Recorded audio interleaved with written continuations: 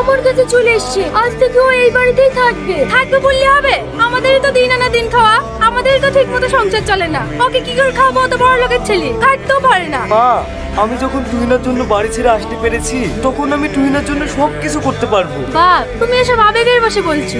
তুমি কোনোদিনই কাজ করতে পারবে না। তাই বলছি, বাপের ছেলে বাপের কাছে ফিরে যাও। না, ওই বাড়িতে আমি জীবনেও ফিরে যাব না। তাহলে আমিও তোমাকে এই বাড়িতে থাকতে দেবো না। তুমি তাড়াতাড়ি বেরিয়ে যাও। তুমি ও কথা বলো না। ও তো সবকিছু ছেড়ে আমার কাছে চলে এসেছে। এখনো কোথায় যাবে? আমি কি করে বলবো কোথায় যাবে না যাবে? একটা অবিবাহিত ছেলেকে কখনোই আমাদের বাড়িতে রাখতে পারবো না। সমাজ কোনোদিন ওকে ভালো চোখে দেখবে না। ঠিক আছে, আপনার বাড়িতে আমি থাকবো না, আমি আজই বাইরে চলে যাব। কিন্তু আপনার কাছে আমার অনুরোধ, আপনার মেয়ের সঙ্গে অন্য কারোর বিয়ে দিয়েন না। আপনার মেয়েকে আমি খুব ভালোবাসি, ওকেই আমি বিয়ে করব। ঠিক আছে, যেদিনকে তুমি নিজের বাড়ি দাঁড়াতে পারবা সেদিন আমার মেয়ের সাথে তোমার বিয়ে দেবো, তার আগে না।